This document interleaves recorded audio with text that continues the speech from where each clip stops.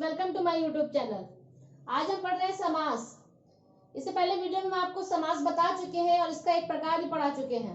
तो आज फिर आपको बताते हैं कि समास का अर्थ क्या है। समास का अर्थ है संक्षिप्त करना।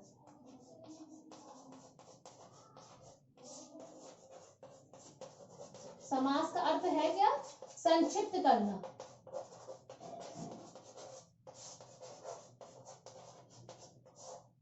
यानी दो पदों को मिलाकर एक पद बनाना समास कहलाता है। यानी दो पद लिखे हो पर उनको मिलाकर एक पद लिखा जा रहा है तो वो हमारा समास कहलाएगा।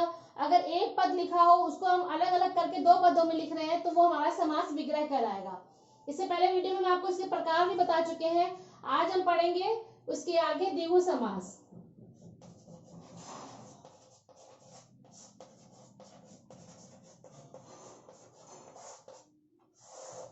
कि द्विगु समास क्या है, इसकी परिभाषा है। द्विगु समास कि जो भी पद लिखा हो उसका पहला पद जो पूर्व पद है वो संख्यावाची होना चाहिए।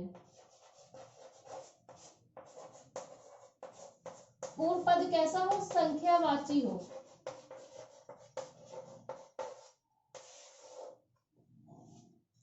कहने का तात्पर्य ये है कि जो पूर्व पद जो पद लिखा होगा उसमें पहले जो भी पद लिखा है वो संख्या को बताए, 1 2 3 4 ऐसी संख्याओं को बताएगा और समूह का बोध कराएगा। और क्या? समूह के बारे में बताएगा। तो वो हमारा द्विगु समास कहलाएगा। सबसे इजी तरीका यही है कि कोई भी पद लिखा हुआ है तो पहचानने के लिए अगर कोई शब्द लिखा है तो जो सबसे पहले पूर्व पद होगा, हम इससे पहले आपको बता चुके हैं कि जैसे पद ये लिखा है पूर्व पद उत्तर पद आपको बता देते हैं। जैसे राजपुत्र, तो इसको हम अलग कर रहे हैं, समास विग्रह कर रहे हैं तो हम लिखेंगे राजा का पुत्र। यानी ये जो शब्द लिखा है ये तो हमारा समास हो गया और इसको हमने अलग करके लिखा तो समास विग्रह। तो राजा का पुत्र, जो राजा ये हमारा पूर्व पद कहलाएगा और जो बाद में लिखा है ये हमारा उत्तर पद कहलाएगा। तो द्विगु समास है कि मतलब पूर्व पद यानी जो शुरुआत में ये जो लिखा होगा पद वो संख्यावाची होना चाहिए और समूह का बोध कराएगा तो वो हमारा द्विगु समास कहलाएगा। इसके हम कुछ उदाहरण देख लेते हैं ताकि हम अच्छे से समझ जाए कि द्विगु समास है क्या। क्योंकि ज्यादातर कोई भी चीज है कि वो उदाहरण से ज्यादा समझ में आती है।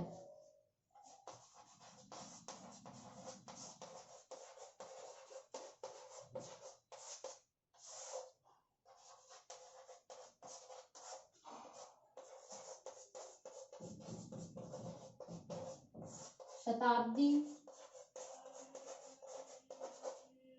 सतसई, नवग्रह, अष्टाध्यायी,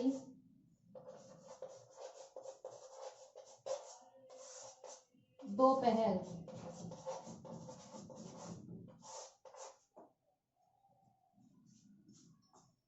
यानी द्विगु समास, ये हमारे द्विगु समास है। शताब्दी, सतसई, नवग्रह, अष्टाध्यायी, दोपहर। अब हम इनकी पहचान में आ गए। इनको पहचानेंगे कैसे? सबसे इजी तरीका हमने आपको बताया था कि पूर्व पद में संख्यावाची हो, संख्या को बताएगा तो वो हमारा द्विगु समास कहलाएगा। जैसे शताब्दी, इसका ये शब्द लिखा है, इससे पता चल रहा है कि 100 वर्षों का समूह। हमने बताया था कि संख्यावाची हो और समूह को बताए। 100 वर्षों का समूह। शताब्दी का अर्थ क्या है? 100 वर्षों का समूह। सतसई, 700 का समूह, यानी समूह को बता रहा है। और क्या? जो पूर्व पद है वो संख्यावाची है। सत, 7, ये शत 100 को बता रहा था। ये नव यानी 9 को बता रहा है, 9 ग्रहों का समूह।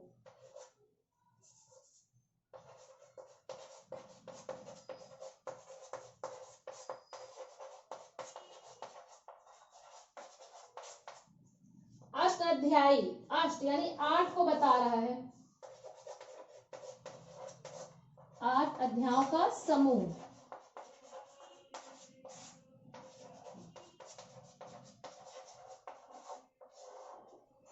दोपहर,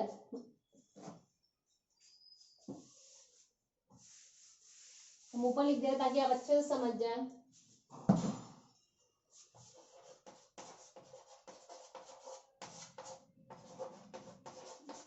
दोपहरों का समूह।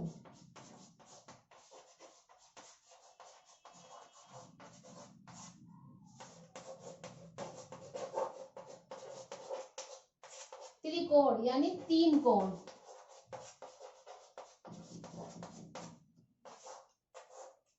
अब आप इसको अच्छे से समझे कि द्विगु समास कैसे पहचानना है। कोई भी एग्जाम दे रहे हैं, ऑप्शन में 4 लिखे होंगे, 4 ऑप्शन में पहचानना है, तो सबसे पहले हम देखेंगे जो पूर्व पद हो वो संख्यावाची हो, समूह को बता रहा हो। जैसे शताब्दी, हमने आपको बताया कि शताब्दी शत 100 को बता रहा है कि 100 वर्षों का समूह। सत सही 7 शुरुआत में लिखा है पूर्व पद में सत यानी 700 का समूह। नवग्रह 9 को बता रहा है, अष्टाध्यायी यानी 8 को बता रहा है, दोपहर 2 को बता रहा है, त्रिकोण 3 को बता रहा है, इसलिए ये हमारे द्विगु समास कहलाएंगे। अब आप आसानी से इसको पहचान गए हैं, पहचानने का तरीका समझ गए, तो कोई भी एग्जाम में अच्छे से पहचान जाएंगे। अगर आपको मेरा वीडियो पसंद आया तो प्लीज लाइक और सब्सक्राइब जरूर कीजिएगा।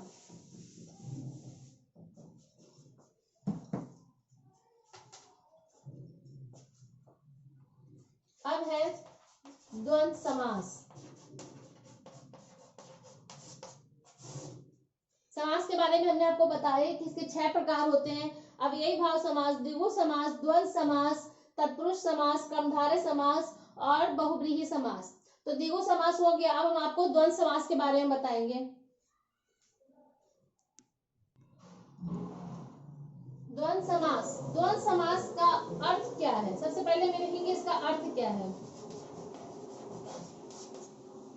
द्वंद्व समास का अर्थ है जोड़ा। जैसे कि देख के पता चला जोड़ा, यानी जो भी 2 शब्द या 2 पद लिखे जाए वो जोड़ के मतलब लिखे जाए, जोड़ा एक दूसरे के साथ लिखे जाए। जैसे अपोजिट वर्ड कहते हैं ना, एक साथ लिखे जाते हैं, वैसे ये भी द्वंद्व समास। तो इसमें जो जोड़े में लिखे जाएंगे यानी 2 लिखे जाएंगे, और दोनों पद कैसे होंगे? दोनों पद प्रधान हो।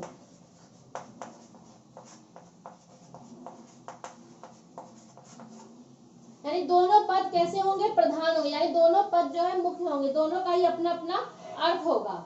और जो 2 पद लिखे जाएंगे उनके बीच योजक चिन्ह का प्रयोग होगा, यानी डैश।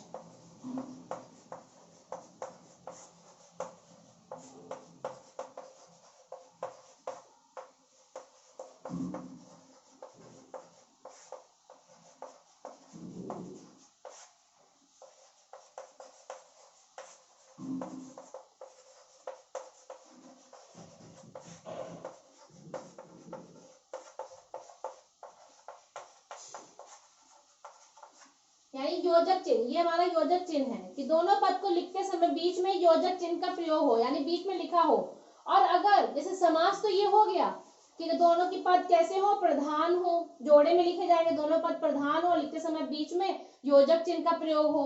लेकिन अगर विग्रह कर रहे हैं उन शब्द को, विग्रह करने में जो योजक चिन्ह है ये हटा दिया जाएगा और वहां पर और तथा एवं का प्रयोग होगा।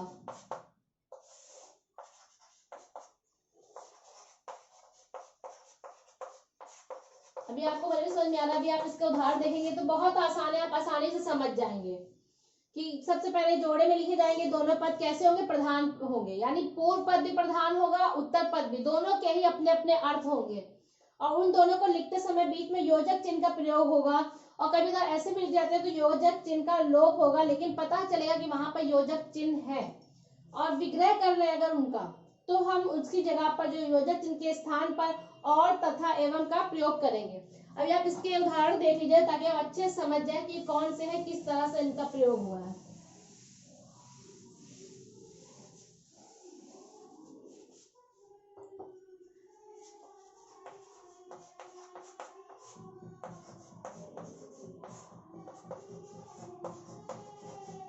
पाप पुण्य,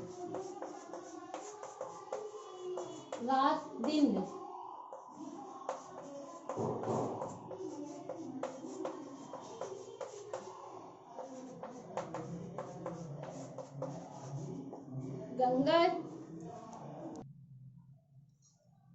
गंगा यमुना,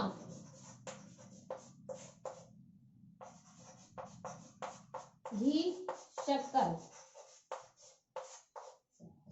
द्वंद्व समास, तो ये हमारे द्वंद्व समास है। ये जो लिखे हुए पाप पुण्य, रात दिन, दाल रोटी, गंगा यमुना, घी शक्कर, ये तो हमारे समास हो गए, द्वंद्व समास हो गए। अगर इनका विग्रह कर रहे हैं यानी अलग कर रहे हैं तो हमने आपको बताया था कि इनके द्वंद्व समास के बीच में योजक चिन्ह का प्रयोग होगा।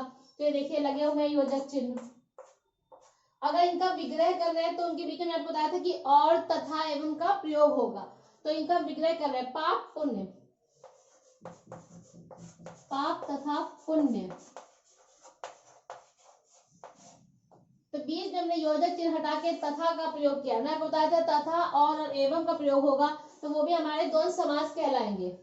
रात दिन, रात और दिन। दाल रोटी, दाल और रोटी।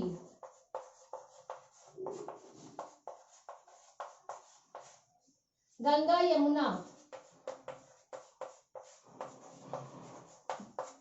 गंगा तथा यमुना।